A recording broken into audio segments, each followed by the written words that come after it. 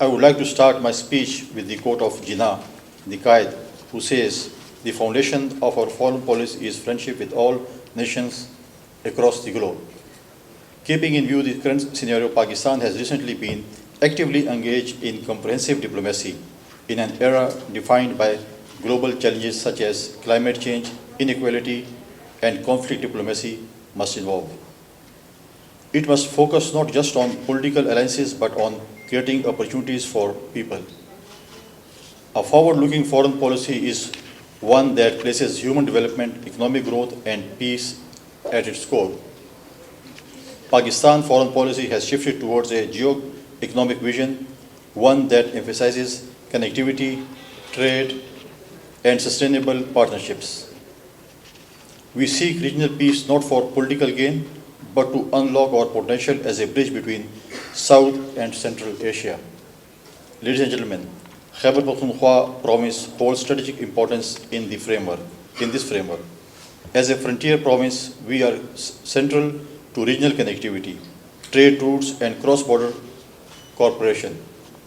Yet to truly benefit from foreign relations, our diplomacy must address the developmental needs of our people.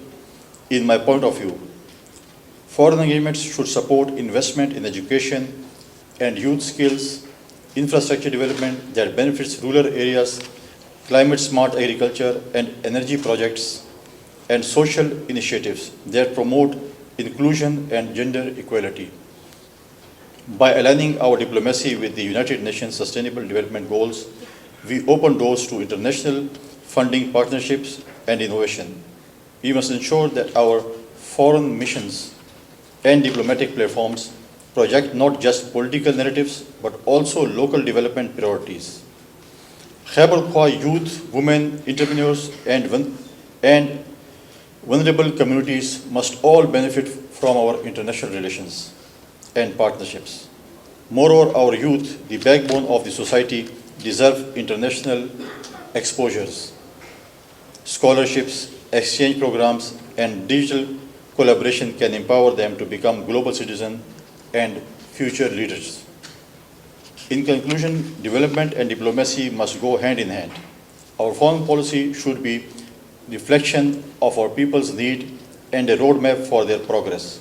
Together, let us work towards a future where diplomacy is not just a tool of negotiation, but a driver of dignity, prosperity, and peace.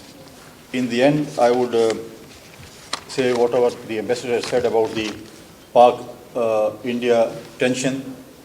Pakistan always believe in dialogues, but dialogues are not the weakness of Pakistan.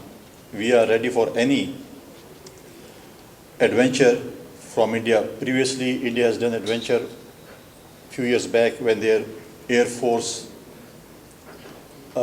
hit Pakistan areas, and we were capable of giving them